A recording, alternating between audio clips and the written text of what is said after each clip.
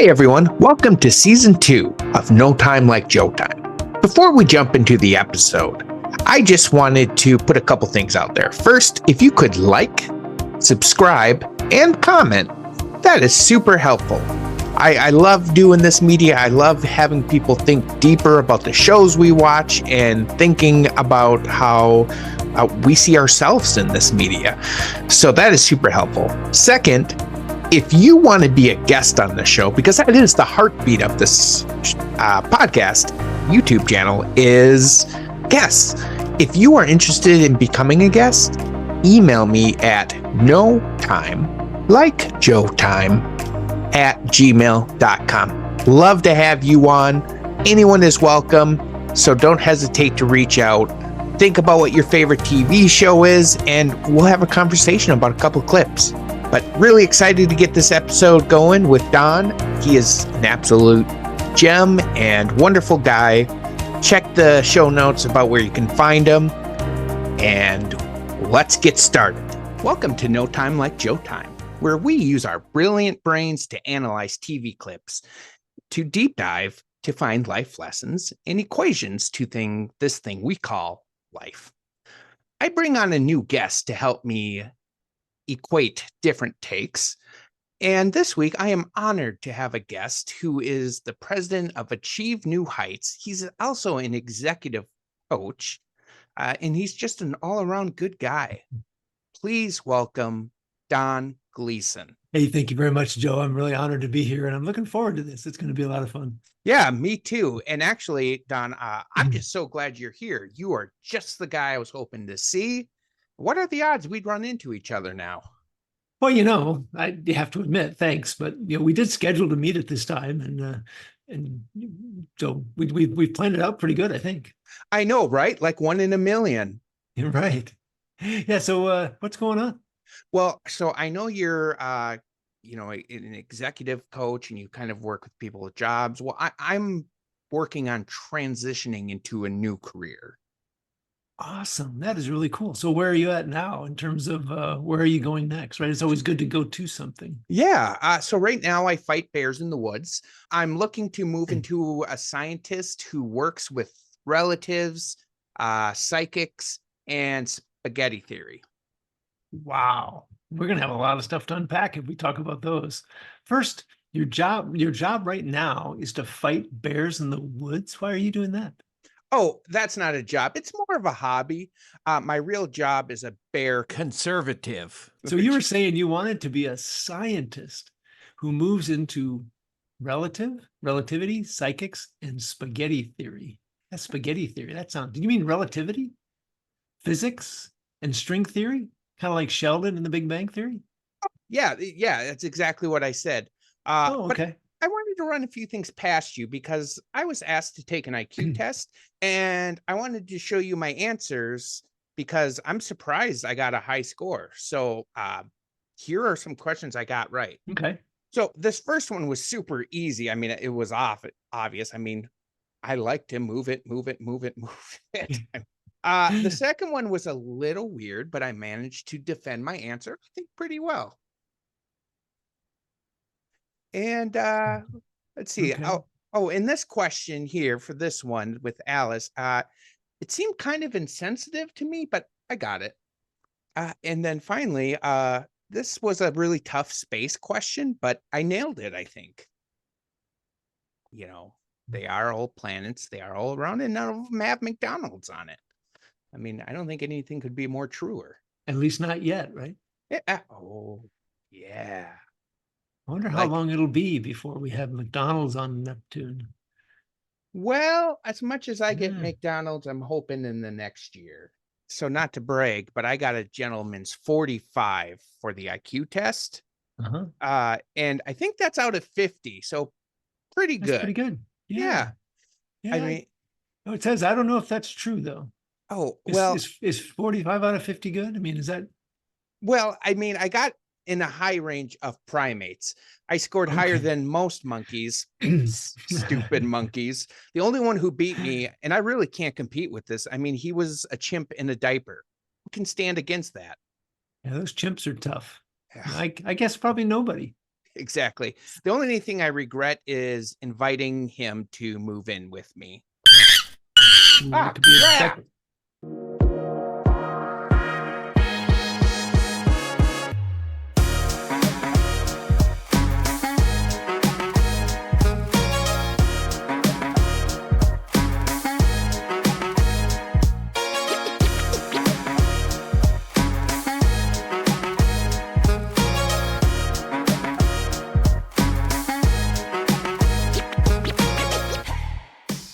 Have you ever had an IQ test? Yeah, I don't know that I've ever taken an IQ test. I've done a lot of personality assessments with the Myers-Briggs and the Yeah. DISC and Strength Finders, but I've never done like an IQ test. What's your favorite personality test? I have to say it's the one that I'm certified as a consultant in, which is the DISC. And it just, because I've studied it, it really means a lot to me and I really know it well. And I'm constantly applying it. I watch myself during the day and I was like, oh, that was my I, or that was my C, or that was my S, right? Yeah. And each one of those come out in different ways. Yeah. Do you ever feel like I feel like personality tests are a really great tool, but you have to use the tool properly? Oh, yes. Yeah. Because And the first part of that yeah, is they're not tests, right? You can't pass or fail. that's a good It's point. it's an assessment. Yeah. It just talks about your personality and how how your personality shows up in Yeah. your behavior. So Yeah, exactly. That's a good point. And mhm. I had one. It was insights, and Okay. they have like 4 colors breakdown. Mhm. And so when I did it at the time, I was in management. I was a production warehouse manager. Okay. And what we found out was like it's green and yellow, which is very caring and very outgoing. There you go. And I was like, I really like working with teams. I don't like the, other part of it, which is like, the nitty gritty, like budgeting and all that Mhm. stuff. And through this, I kind of realized, oh, I want to move into a different direction. There you go. Now I'm a peer support specialist. So I work with people who are in recovery and Mhm. use my recovery story to help support them. And it's just like, it's a perfect fit. So it was like There you using go. a great tool. So that's Mhm. really cool. Do you ever have people you see a lot of potential in, but they get like in their head or don't think they assume like, oh, I'm going to get stuck or can't do it? All the time. Yeah. Imposter syndrome, fear, resistance, Mm-hmm. self-confidence, self-worth. Oh Yeah. yeah, it happens all the time. And even to some of the smartest people. And Yeah. they think that they're well beyond that. But the fact is we're humans. Yeah. And because we're humans, we have all these emotions. In fact, it's the human mind trying to protect us a lot, right? Mm-hmm. The mind keeps us from doing things. It's like going up onto the top of an Empire State Building Yeah. and jumping, right? Most Yeah. of us were like, the fear would overtake us and there's no way. Yeah. So what we do is we justify, well, I'll put a backpack on, a parachute on, Yeah. right? And I'll make sure there's not enough wind and all those different factors. I'll make sure there's people down below, or maybe I'll make sure somebody's taking all the police away so they don't catch me. But what's interesting is when you do it for that first time, Uh-huh. the second time is so much easier. I was Mm. I was a fire marshal Mm-hmm. at a base up in Montana when I was a squadron commander. Yeah. And part of that is we had to go to fire marshal school. And what we do is we rappel off the top of a 3-story building. And the first time I went, and I'm scared of heights. I'm 6'5" and I'm scared Yeah. of heights. Oh, wow. So I come off the first time and I'm just kind of inching across and I start going down that thing and I was like, this is so cool. we got down to the bottom and we ran up those 3 flights of stairs and we were fighting each other up the stairs to get an opportunity to do it again. Oh It my was so gosh. much fun. But it's a great analogy of what you just Yeah. talked about. Yeah. Yeah, definitely. I can definitely relate to that. There's so many things that like I'm like, this seems terrifying. And then once Mhm. you jump into it, it's like, oh, this is great. For me, it was Yeah. roller coasters, terrified of roller Okay. coasters most of Is my it right? life. And I'm like, no. And my brother was like, just go on one. And if you don't like it, I'll never ask you to go on another one. I was like, okay. And I jumped on it. I loved it.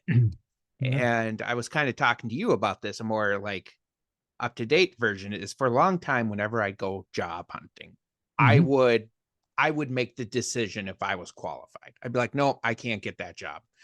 Oh, maybe I could get that job. And I often would try to find jobs. I don't know what the best way to say this, but I'd go for jobs I knew I was like overqualified for, because that Okay. felt like less chance of getting rejected. Yeah. Okay. But once I finally came up, I heard this on a podcast, somebody saying my goal was to get 100 no's from companies. Mhm. And if I got 100 no's, I do something great. So I was like, oh, I'm going to apply at, Medtronic Mhm. or Boston Scientific or here. And Mhm. I started getting interviews and I was like, what the heck? So pushing myself out of that in your head and Yep. not making assumptions was good. Yep. So it reminds me of a Big Bang Theory clip where Leonard does some assumption, Mhm. and so we'll look at that clip right now, and we'll debrief on it after. Oh, Stuart. You're not going to answer it? He wants to talk about Penny. I don't want to talk about Penny. You're making an assumption. Perhaps the comic book store is on fire. He needs your assistance. Why would he call me? We don't know. And if you don't answer the phone, we can't know. I'm not answering the phone, Sheldon. Answer the phone, Leonard. No! There, it went to voicemail.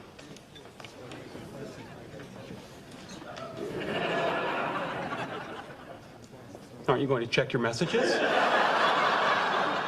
I like that. Sheldon's like a dog on a bone, man. He's not gonna let it go. I know. And that guy's such a good actor, just his face and just Yep.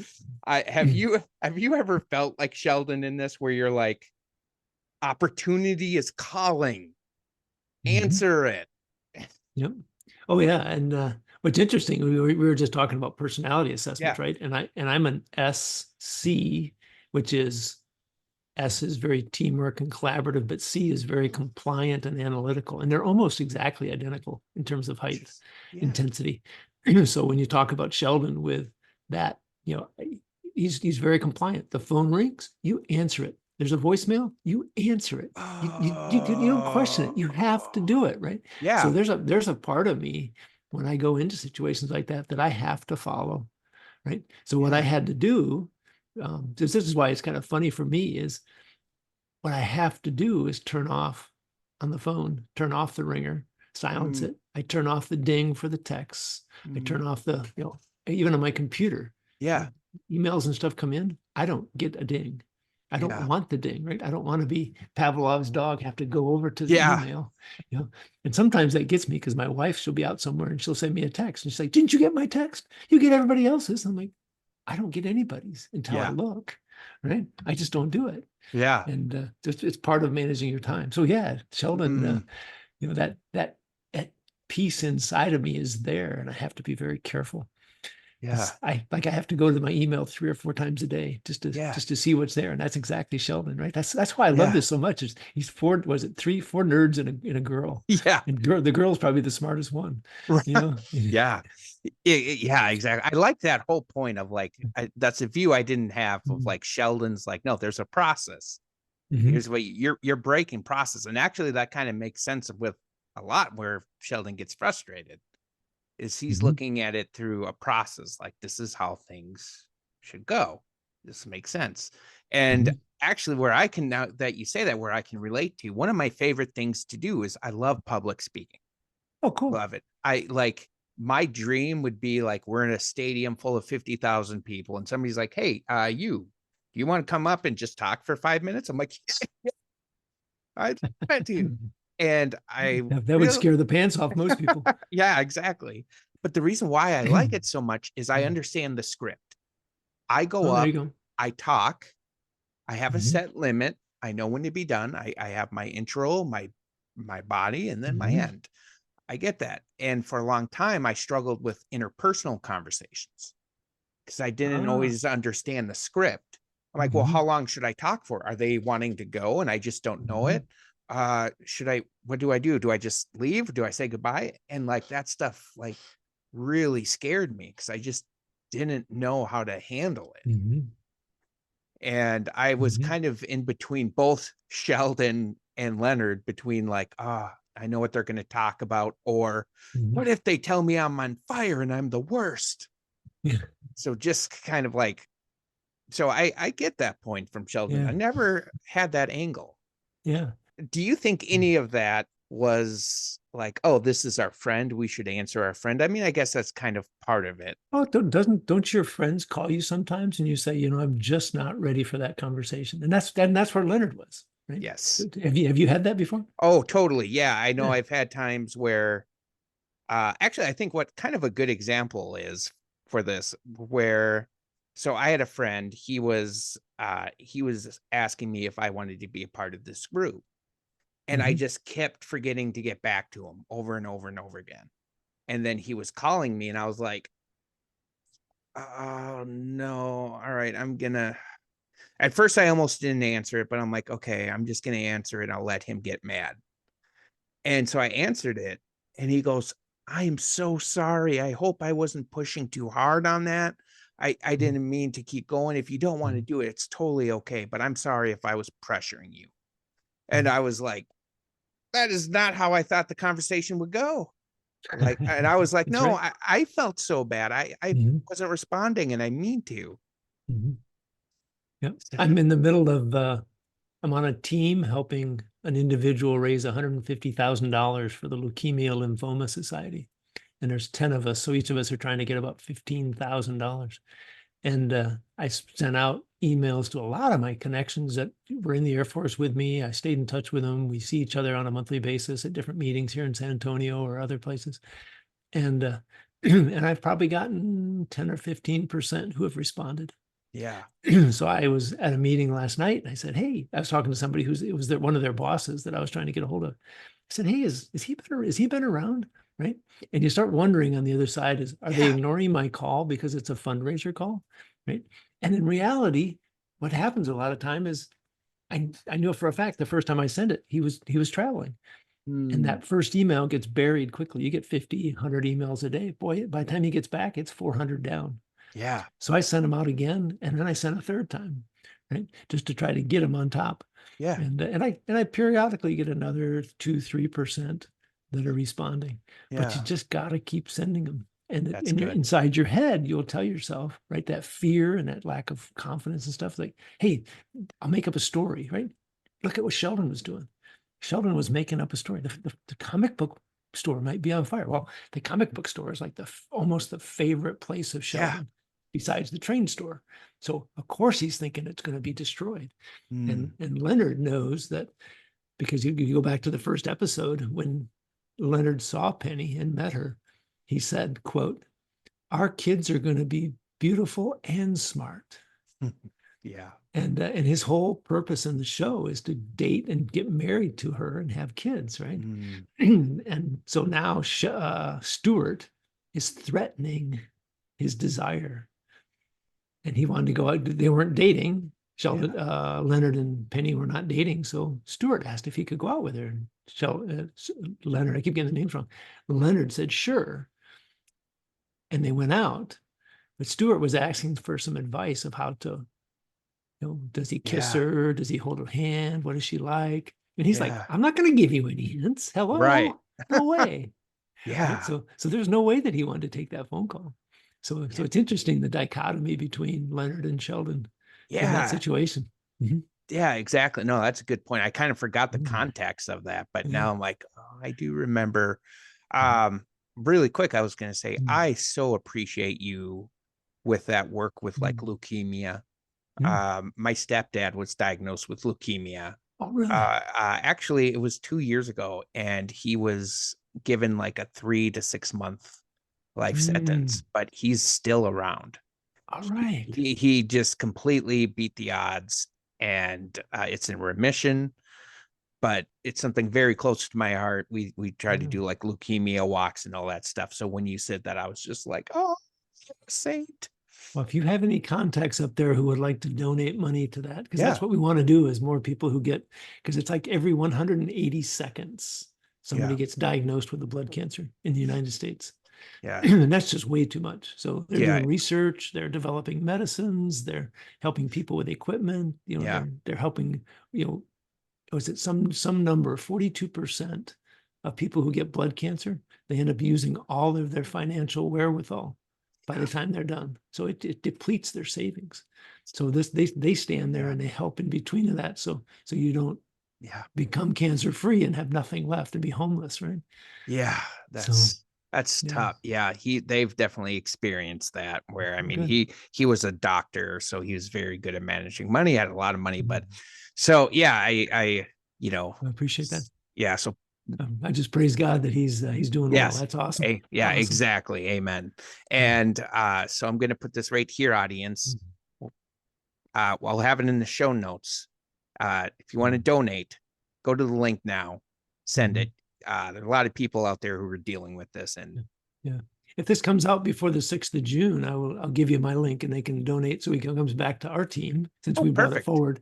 But if nothing else, go to leukemialls.org Yeah. and donate there. It all goes to the same place, right? This is just Perfect. our competition is just ways to push in, what was it, 9-week program to try to raise more money. But I'll it goes change to the same place. That sounds good. I'll change the order. I'll put this out right away in June. Okay. We get that on time. Okay. I may reference our conversation in my social media posts. That's great. Oh, sweet.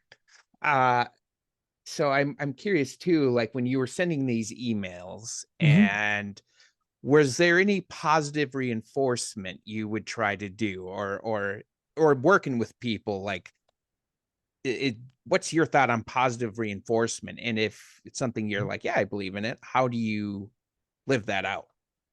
Well, that's a good question. So part of the positive reinforcement is I'm trying to reach into their emotional pocket, right? Just like a story with you, right? Like you just said, right? If I talked about, imagine your dad all of a sudden going to the doc because he feels like he's just a little bit under the weather and he finds out he's got leukemia and he's got 3 to 6 months to live. How would you feel? What would you end up doing to help your dad, right? Yeah. Imagine if it was one of your kids. Right. There's some stories on the website where kids are like 8 years old and, they go get ready for Christmas break and they're just not feeling good. And the next thing they know, they're in a coma and they're being helicoptered to a hospital hundreds of miles away because that's where the treatment is. And it's 3 weeks later when the rest of the kids are back in school, they're still in the hospital in a coma. And that would, if you were the parents, you would not, you'd take all your sick leave and you would be there at the bed doing whatever you could. And that would so disrupt your life. So, and not that that's a bad thing. It's a good thing in terms of you're going to do what it takes for your kids. It's not a good thing that they got blood cancer. Right.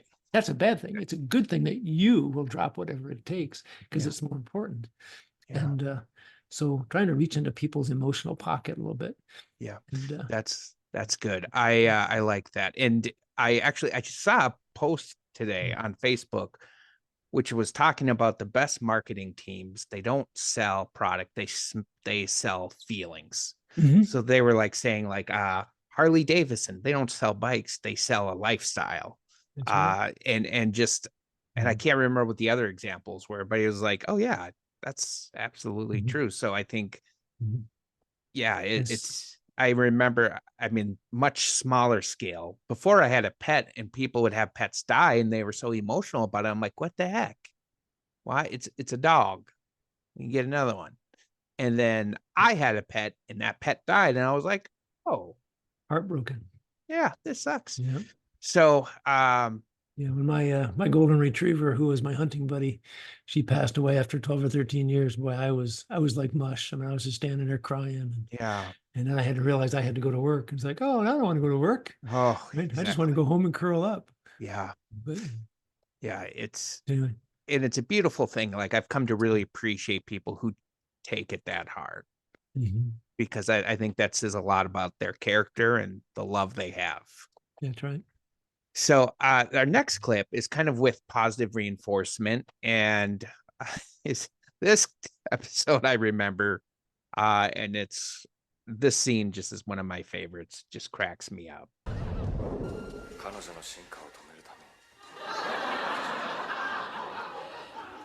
What's this cartoon called again? Oshikuru Demon Samurai. And it's not a cartoon, it's anime. Anime. You know, I knew a girl in high school named Anime.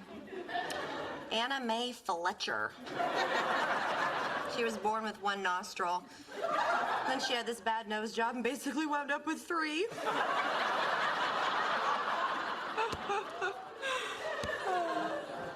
You're here a lot now. Oh, am I talking too much? I'm sorry. Zip. Thank you. Chocolate? Yes, please.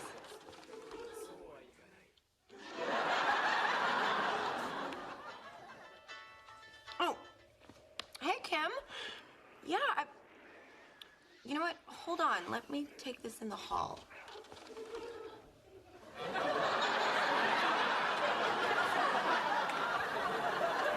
You'll never guess who they got to replace you with.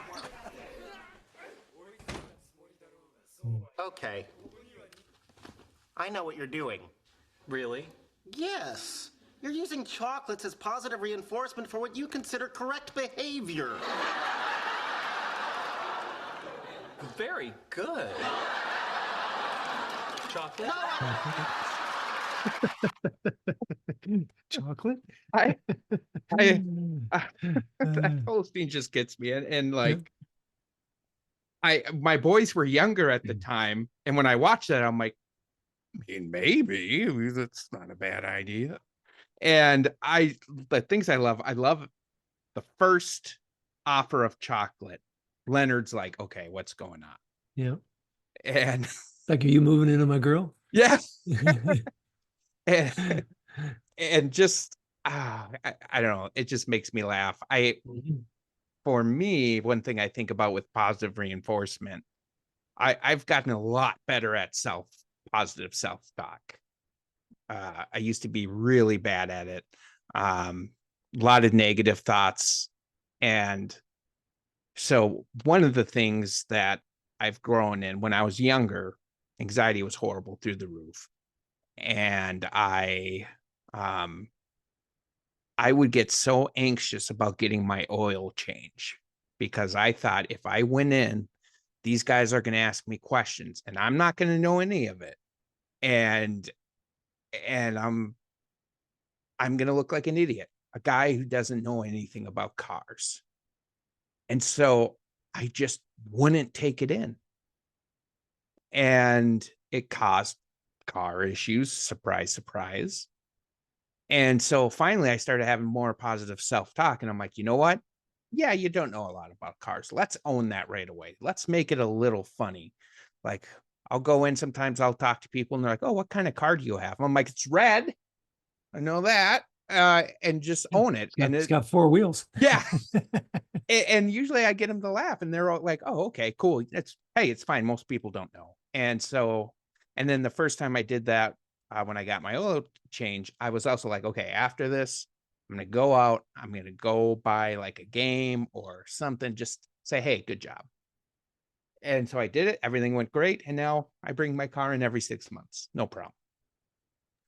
You know, you made me think about when I first time we bought a house, we had an air conditioner and we did not have a service contract. And I would put off the maintenance because I was afraid they would come back with some repair that I had no ability to pay for without going into debt, borrowing money. So, but at some point it would start not operating right. So I would have to call them up and they say, you know, if you would have called us 6 months ago, this wouldn't have been that big of a deal. So you're waiting cost you hundreds of dollars. So, exactly. That's why we do a service contract. And I was like, okay. So when we moved back to San Antonio and bought another house, this is our 3rd house we've owned. We got the service contract. A friend of ours recommended a company and they come out and they don't always find anything when they do the service, but they usually find something. Like this time was some contacts that were starting to short out because they were old contacts. So they replaced them because we had one night, happened to be my in-laws were over and it was really warm outside, and all of a sudden the house was heating up. I'm like, what's going on? I just had them. Well, sure enough, the contacts had arced across and shut the system down. It wouldn't start. So we had to pay for the service guy to come out. But luckily, because we had the service contract, we Yeah. didn't pay the after hours fee. We just paid a regular fee. Oh, nice. So, but he had us back operational in about 3 or 4 hours. So Yeah. it wasn't too bad. But Yeah, it's funny how like just, I mean, it kind of blends both clips together of like when you make that effort and you do it, there's positive reinforcement of like, I only have to pay this much. Great. Or for me, like going in, like I learned, hey, paying $100 for oil change, lights being changed, all that good stuff is a lot better than $1,000 down the road. And so like that alone is like, I think there's just positive reinforcement for me just doing it, just going out and doing things and like seeing things I never thought I could do. yeah, Like, oh, I never thought I was going to become a manager, but I did. there you go. And I would use that a lot to tell people who were interested in moving up in the company, but they're like, I don't know if I could do it. Like, look, I've done it. You can do it. Trust me. And not to diminish myself or to be like, oh, I'm not great. So clearly you can, but in the sense of I was in that boat where you were. So I when I was in the military, it was similar because when I was a lieutenant and then a captain, when we saw the majors, it was like, wow, I would love to be a major, man. They're like God, right? And all of a sudden you realize you're making majors, like, okay, lieutenant colonels. And then it was colonels. Colonels are like gods, man. They run the base. There's only a couple of them on the base. Yeah. And all of a sudden I was a colonel and I was a group commander. It was like, wow, isn't that interesting how I move forward? So it's just somehow this piece here on positive reinforcement got me because I was thinking about this study I'm going to do here in a couple of weeks. It's a webinar on influence, the power of influence. And I'm thinking about it from the perspective of what I do, which is coaching and career transition coaching. So people who are going through a job search and they're constantly influencing others, not manipulating, not coercing, right? Because what you saw in the clip there with Sheldon was he was almost like manipulating because he was rewarding, like Pavlov's dog, right? He was rewarding good behavior, penalizing bad behavior with that look.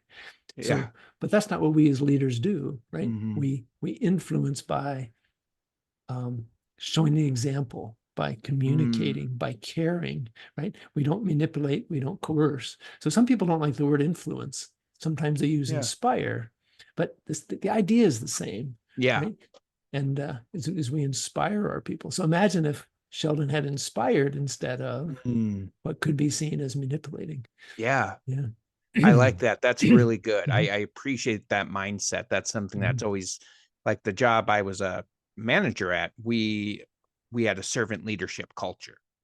So I was, we flipped leadership upside down and I would go to my employees, be like, what do you guys need? How can I help you succeed? There you go. And then give them the resource and let them go. Yeah. And they did great things. And so I appreciate that mindset. Think what was happening just about 4 years ago. So 49 months ago, right? COVID had hit. Companies were shutting down, had shut down. They didn't know if they were going to survive. They were starting to lay people off. And the great stories were when a boss wouldn't hide in the office and just let people go. He would come out and have a meeting. And I remember one where it was like, there's 20 people in the shop. He says, based upon our projected revenue and how things are going to reduce, we're going to have to let one person go. So I picked the last in is going to be the first one out. And the team all got together and said, is that a final decision? He says, well, I don't see another way. He says, the guy said, well, if we can find another way, would you be open to it? And he said, well, yeah, I mean, I don't want to let the guy go, but to keep the company going, it's like Captain Picard on the Star Trek Enterprise, right? It's about the ship, right? I got to keep the ship going. I'll do whatever it takes to keep the ship operational. He's got to keep the company going. And the team came back and said, what if we all took like a 3-hour cut per week? That would work 20 people. That's like a 40-hour a week person. You save the amount of money, right? Because we're all hourly. Would that be okay? And he Wow. says, well, yeah. And the team said, we're willing to do that to keep somebody else employed. Wow. We can make this work, right? So it bonded the team together. Yeah. The leader looked really like an influential leader because he was open, he was vulnerable, he laid the books out. He said, here's the situation. But I have a friend of mine who was a fractional COO of a company, and the guy literally hid in his office and he managed from email, and they started laying people off, and the company had a huge impact because he wouldn't open up to other ideas. So what a dichotomy of opportunity, right?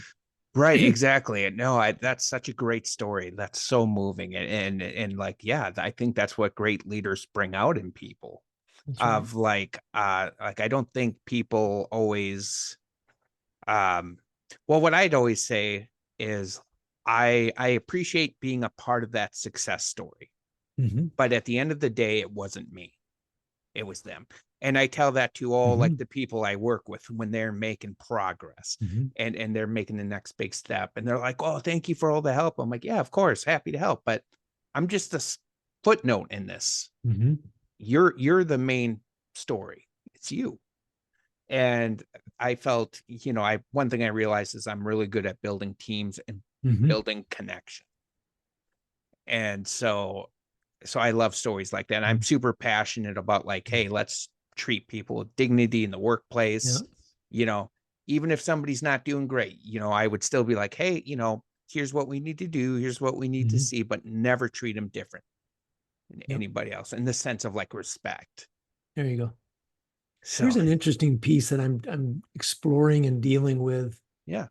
So as a career transition coach, right? So many organizations people do exactly what you said. And that's the right thing to do, right? As leaders, it's not about us, it's about the team. But all of a sudden we come around to writing our resume and telling our elevator pitch and telling stories in an interview. And because the belief is it's never us, it's the team, we write about the team, but the next company is not going to hire the team. They're going to hire you. So they want to know what you did. And we, because of our beliefs, are so solid that it's not us. Yeah. We can't think differently. We can't write differently. We can't communicate differently. And it becomes a stumbling block in finding that next job. I was working with a guy who wanted to get in with Amazon as a area manager. And until we convinced him over a year that he had to talk about himself, not the team, he couldn't get employed. Amazon was not going to hire him. But as soon as he made that switch, boom, he got hired, and he's been there now, I think 3 years. That's really good. He's loving it. So it's interesting. And as I work with people, I have to take them back into mindset and understand the words they've used and the words other people have used around them. Because like in the military and same as a company, you've heard the words, right? We buy it hook, line, and sinker. And we become the values and culture of the company if we stay there for a while. Sometimes we never do, right? There's a lot of people who jump in the military and they just never, they never assimilate, to use a Star Trek term, right? So when they get out, they're not a military person, so to speak, because they don't have the same values and stuff like that. But if you now have those beliefs that you have to think and you have to reprogram, right? As you advance forward, you learn, but then you have to unlearn and relearn. And that's one of those things we have to do. I love that so much. I love, right. Reminds me, and I hope you'll appreciate this because you're a military guy. One of my favorite leadership books is Extreme Ownership. And it was written by Navy SEALs. And one story they told is there was this, they were like doing a training, and I think it was something with like canoes or something. And there was this team, this one guy was leading a team. They got first every time. This other group, they were getting last all the time. And the guy was always like, well, it's the team. The team isn't pulling. And so the captain was like, okay, I'm going to have you two switch. So they switched leaders, the first place and the last place. And the guy who was always in first, he knew how to bring the team together. And they ended up getting second place the next time. And so it's just shows that power, and kind of like what you said. I love this line that they're not going to ask you about the team. They're going to ask you about what you did. I think that's so impactful and such a good insight. And I love how it it relates to even this clip where it's like, oh, it's easy just to be like, oh, you did something good. But thinking about what it would have looked like if Sheldon did inspire her. Maybe she would have been the one too who's being like, oh, hey, this is TV time. We all got to be quiet. Okay. And be like advocate for Sheldon. So I just love that whole concept. Yeah. Amy later on, because she dates Sheldon, they get married, and she says, I'm jealous of Penny. So Penny's the one without a degree, right? She's always had the minimum wage job, but she's the one who can relate, control, communicate with Sheldon better than anyone. And I say control because a lot of times he acts like a kid. Yeah. Right. And when they're kids, sometimes you got to control them a little bit. You got to set boundaries and you got to communicate in a certain way. Yeah. So, but she understands that. Yeah. And so it's kind of interesting that here's these PhDs who can't get along with Sheldon because they're too smart. Right? So yeah, the emotional intelligence. Yep. Huge, which I've started to hear more about it, and I'm so excited because I'm like, I feel like I'm emotionally intelligent. So it's great. Yeah, so this is all good stuff. Is there anything that we haven't covered that you would like to talk about? In terms of the Big Bang? Yep. Or in general, anything your mind goes to. I think I like Big Bang because my wife talks about it. It was kind of funny when I graduated college in 82, it was a recession. And I had 454 rejection letters from companies. And I joined the Air Force because I did not want to go back and get a master's. And at the 10-year point, my boss said, you're not going to make major unless you get a master's degree. That was just the standard. So he got me into Air Force Institute of Technology. I got a master's. I made major. And then I went to another school and got another master's, basically. And then I went to a third school and I got another master's. So here I graduate. I retire from the military with 3 master's degrees when I didn't want to get one in the first place. Right. So it's kind of interesting. But so I had a lot of friends who had masters, right? So it's kind of we're engineers, so the nerds, right? The geeks. And that's kind of like Big Bang. That makes And sense. here's my wife who's got she didn't get a master's, even a bachelor's degree, but she's really smart. She'd be a great office manager. Oh, right? nice. She understands people. She understands organization. She loves to sew and to knit and quilt. And she breaks everything down into a project. She knows exactly how the steps that she's got to do, how long it's going to take. And she's always working a number of projects. So she'll work like an hour and a half on this and 2 hours on that and another hour and a half on this every day. Yeah. To keep them moving forward. And I just sit here in awe sometimes, like, wow, that's so smart. It is. So that's amazing. Something I'm gonna have to edit because I forgot to ask this right away. I forgot to ask you, what's your history with the Big Bang? And when did you start watching it? And what made you choose this for the show? I think the reason I picked it was because of that relation. We actually watch it every day. We watch an episode every day. It's the last thing we watch, my wife and I, before we go to bed. Yeah. We are now on the 4th run through of all the episodes. Nice. And I think we're in season 7 now in the 4th run through. So we don't splurge watch it or whatever they call it. Do it all in one weekend. We like to do like 1 episode, sometimes 2 a night. Yeah. And it just kind of sets the evening off. We sit next to each other. We're just laughing. I can even, almost half the time say the line that's coming up next. So at some point I'm like, why are we watching this again? But it's a way to relax. But it has I can see myself, I can see my friends, I can see my wife in all the characters. Friends was really neat, but I couldn't relate as well. That group. But I can relate to the people in Big Bang. And that's why I wanted to talk about it here. We talked about a TV show. Because I think there's something. So I'm going to do another podcast. I was supposed to do it last night with a guy in Australia, and we had 3 movies we're going to talk about. Oh, nice. His daughter got sick, so we're rescheduling.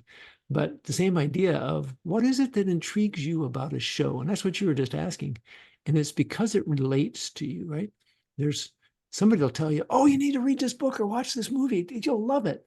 Well, then you start into it and you hate it because there's not something there that related with them and their story, but it doesn't relate with your story. So So I can always say, I really enjoyed this book for this reason. Mm-hmm. You ought to try it and see what you think. Oh, that's great. Yeah. I like it, and you're absolutely right.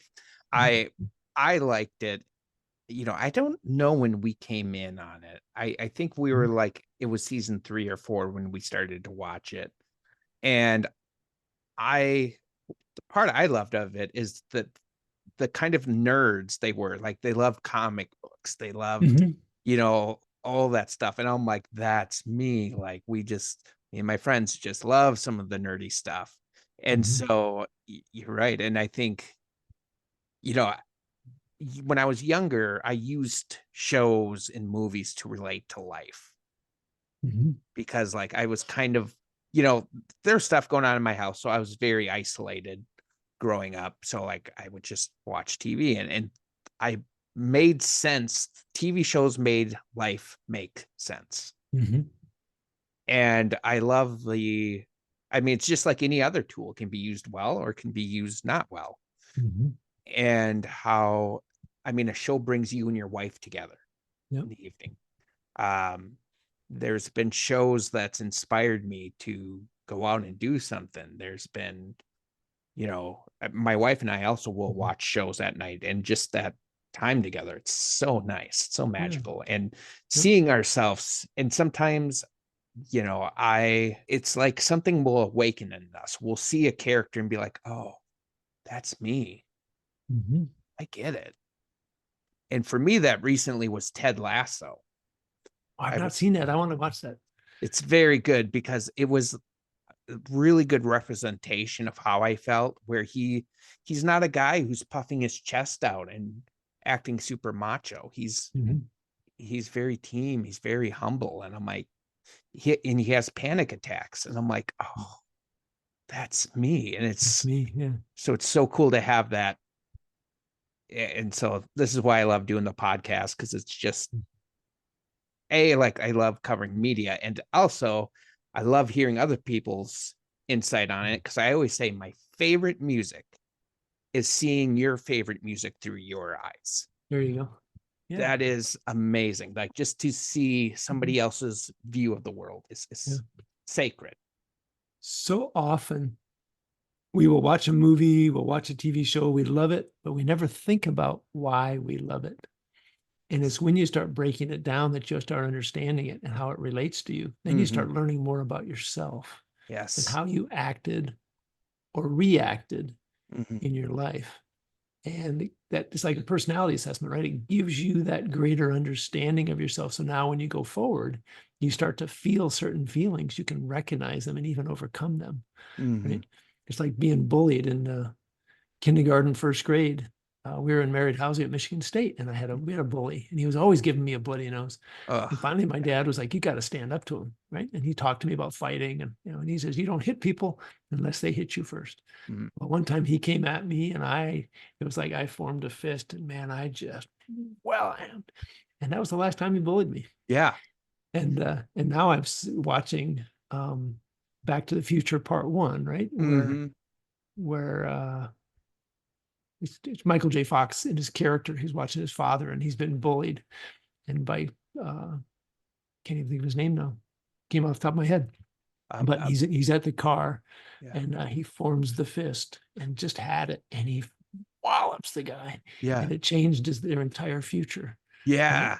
So it's like, wow, isn't that interesting? There was a feeling there when I felt it the first time, but I had to explore it.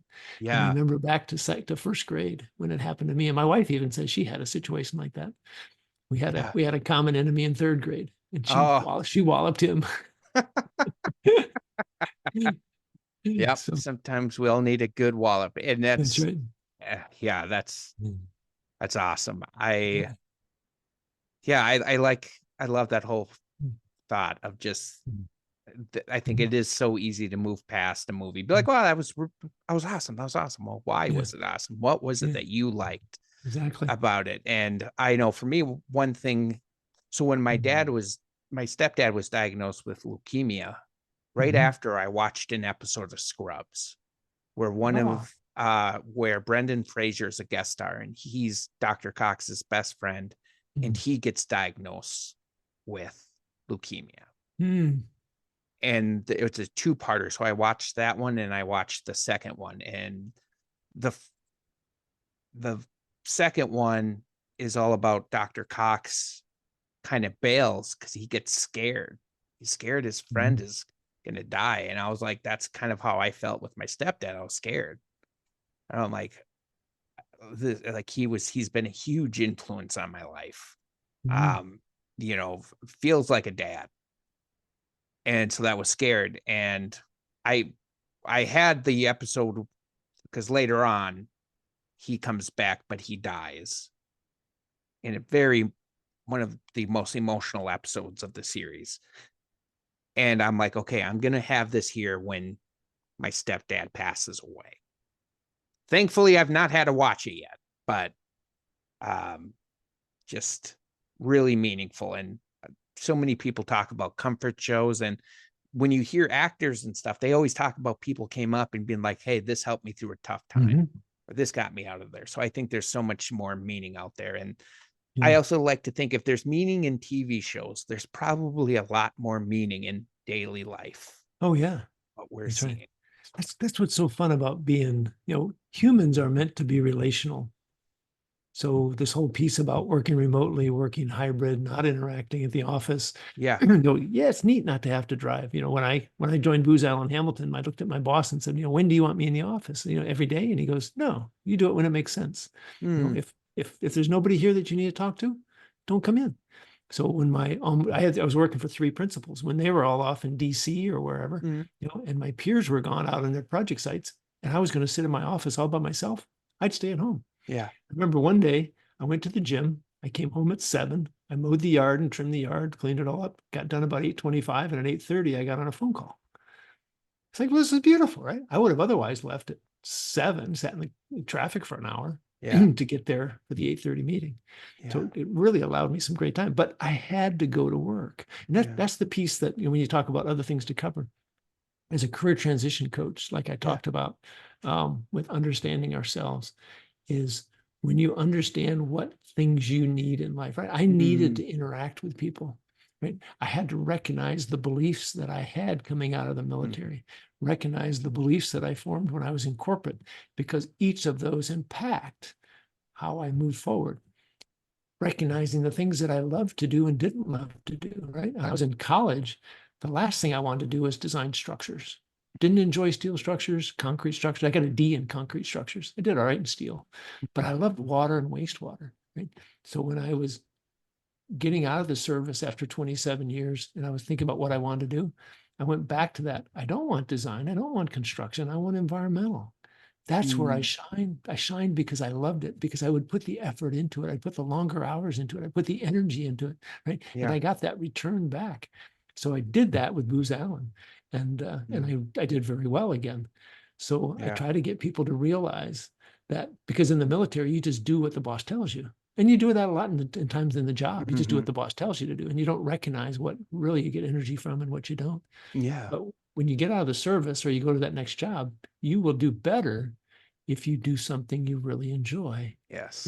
That you don't have the Sunday scaries, I don't want to go do this, right? Yeah. And you get to the job, like, man, I got to work on this task today. I got to get this done. And you resist it all day. You'll find any distraction not to do it. Somebody walks in your office, you'll go to lunch for a long lunch just to get away from it. And then at 4 o'clock, you have the reckoning, right? I got to get this done. I'm going to stay late tonight. Yeah. And you regret the work, you regret the leadership. But man, if you enjoy it, you'll work on it quicker. So I love helping people recognize those things because it gives them, I always say that I like helping people get the job that energizes them so they can get the life that fulfills them. Because when you're in that job that energizes you, you now go home with more energy, you engage with the wife and the kids more, you engage with the church and the community more. You're just a better person to be around. Yeah. And we should all be that way. Yeah, exactly. But surveys say that 82% of us are disengaged at work in some form or fashion. So people are regretting being there. And that's part of why I'm doing what I'm doing. That's awesome. That's so beautiful. Besides, there's 22 military and veterans still committing suicide every day. And the number one reason, the number one ideation is career transition. They don't find the same purpose that they had in the military. They're looking for that same thing, and it doesn't exist. So you have to find something that's different and find something that energizes you. So Yeah. that's my summary. Yeah, that's awesome. I appreciate that because, and I think too, a lot of people may not realize the jobs that are out there that can fulfill. Because for me, I would have been in peer support a lot longer ago if I knew it existed. Because I found like what I love to do. So like some of the people I worked with at my last management job, like the CEO won like 40 under 40, like top 40 entrepreneurs. My head of sales, who became head of sales at 25, she won like rising stars.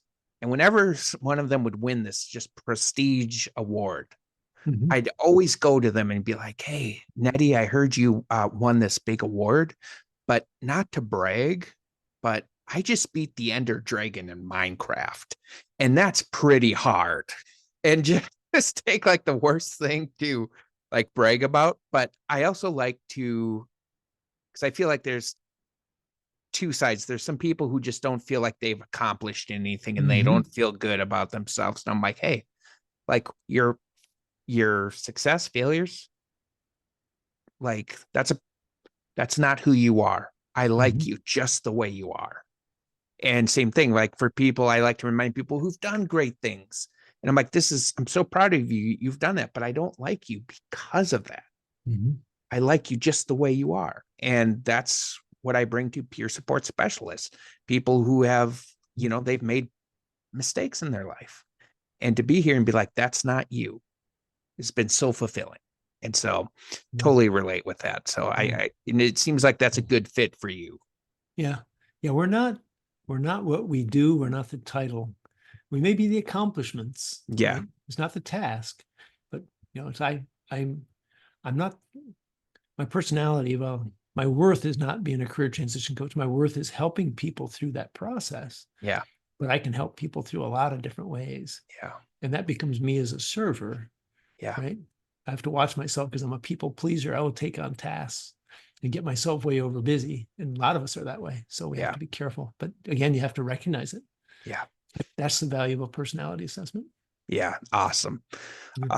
So many good things. I got quick 3 questions for you. Okay. So first question is, which clip did you think was funnier? Oh, the first one.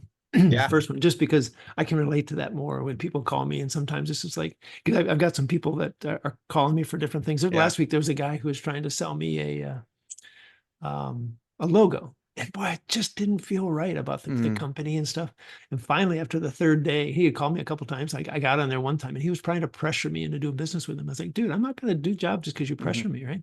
So finally, I asked the question, give me a testimony. So I talked to the person who gave me the testimony for, and that person said, no, that was a pain in the butt. They kept trying to upsell me. They didn't give me a quality product. I would not recommend them. Yeah. Like, dude, you gave me a testimony that you didn't, it was not even positive, right? So I terminated the conversation. Nice. But that was, I felt just like Leonard. So that's why I say the first one. Yeah. It was a close one for me, but I like the second one, just like the facial expressions of people, because I read that really deep into it. I love like Leonard's Sheldon's little smile when Leonard gives him the look first, and just all of that. He's so proud of himself in it. Exactly. The second question is, which clip did you think we got better conversation from? I think it was the second one, just because the positive reinforcement gave us a little bit more. Yeah. So we just went down that path a little bit more. But, agreed. And then final question, if we had to do a deep dive in one of these clips and just analyze every little part of it, which clip would you want to do? It's almost like the favorite book or the favorite show, right? I'm going to go back to the first one, just because it related more with me. Yeah. And the feelings. I would be able to talk about it much longer. Yeah. I would agree with you on that one. Is there anything else you want to cover or you feel like we missed? What I'm going to do is I'll give you the information to connect with me. If somebody's out there thinking about changing job and they want to talk, I always give people that I'm on that hear me on a podcast free 30-minute consultation. So just let them know that have them let me know that they heard me here on this Yeah. podcast. Yeah. And we'll set up a time and talk and see Yeah. where it goes, right? They will walk out of there with value no matter what. Yeah, And, definitely. mhm. Yeah, we'll put that in the notes. And then I want to make sure we covered everything for where people can find you and what you want to Mhm. do. And so so we'll put some stuff in the notes, but is Okay. there other ways people can find you or So, anything else you want to promote? so message me on LinkedIn through, just a direct message, Don, middle initial L, and last name Gleason, Gleason. And I'm the only one there. There's like 65 Don Gleasons, but there's only one with the middle initial L. That's why I did it. Nice. And just send me a note and say, hey, we met here, and we'll talk. We'll go from there. Yeah. What I have for people who are thinking about transition is a guide. 4 key things you got to think about. And some of the things we've talked about tonight. In fact, just before we got on, I was working another one strictly on resumes. So Yeah. trying to figure out ways to help people. So Yeah. if I talk to you and there's something I have that I talk to them, listener, there's something I have that I can give them value. I love to give that to them so they can move forward. Yeah. I That's don't awesome. like people stuck. Yeah, that's beautiful. And I think so many people get stuck. And I, one thing I'm going to say as well, I know sometimes when we listen to podcasts or shows, it's kind of like, oh, are these characters? This is the Don. What you're seeing is what the Don I got before we even started. Just this guy who's very approachable, very kind. So, I mean, this is the Don you're going to get. Somebody, it's, I think Thank you. yeah, of course. I think for me, sometimes it's scary to go to like, to even think about going to like a coach like that. But I felt so comfortable with you. And I think anybody who's, willing to take that step, I think you're really going to like what you get from Don. So I'm like, if I ever had somebody on here and I was like, oh, I don't like what's going on, I'd cut it. Yeah. But I don't feel that. I think this good. is something that's worth. So many people are stuck. So I think it's a beautiful thing you're doing. And I love that you get passion out of it too. Yeah. I mean, here I am 65 here in a couple months, and I see myself doing this for a while. That's And, awesome. I get a lot of people pressuring me. When are you going to retire? It's like, Yeah. well, what am I going to do? Watch TV shows all day? I mean, Yeah. Already doing why what you do it? love. That's right. So, but I'm working it around a life where my wife and I go camping and hiking and bird watching, and we'll That's take awesome. long weekends at least once or twice a month. And, Yeah. and I take some days off. Tomorrow afternoon, we're going to go up to I met this guy at the VFW in San Antonio. He brews beer. He's brewing beer every week, and he's getting ready to head to a summer house in Missouri, get out of Texas, and you have to drink all the beer he has. He's got to get rid of it before he leaves. Yeah. There you go. So he has a whole neighborhood party once Oh. every May. So we're going to go up there and spend some time with people that I only see once or twice a year. Oh, that's But awesome. it's so cool, right? Thank you very much. I appreciate the opportunity to talk today. This was really good. Of course. It was a sincere pleasure to have you on. This made my day. And I just appreciate you as a person. So I appreciate that. Same. Thank you. Goes the other way. Thank you so much. And thank you everybody for listening. We'll see you next time.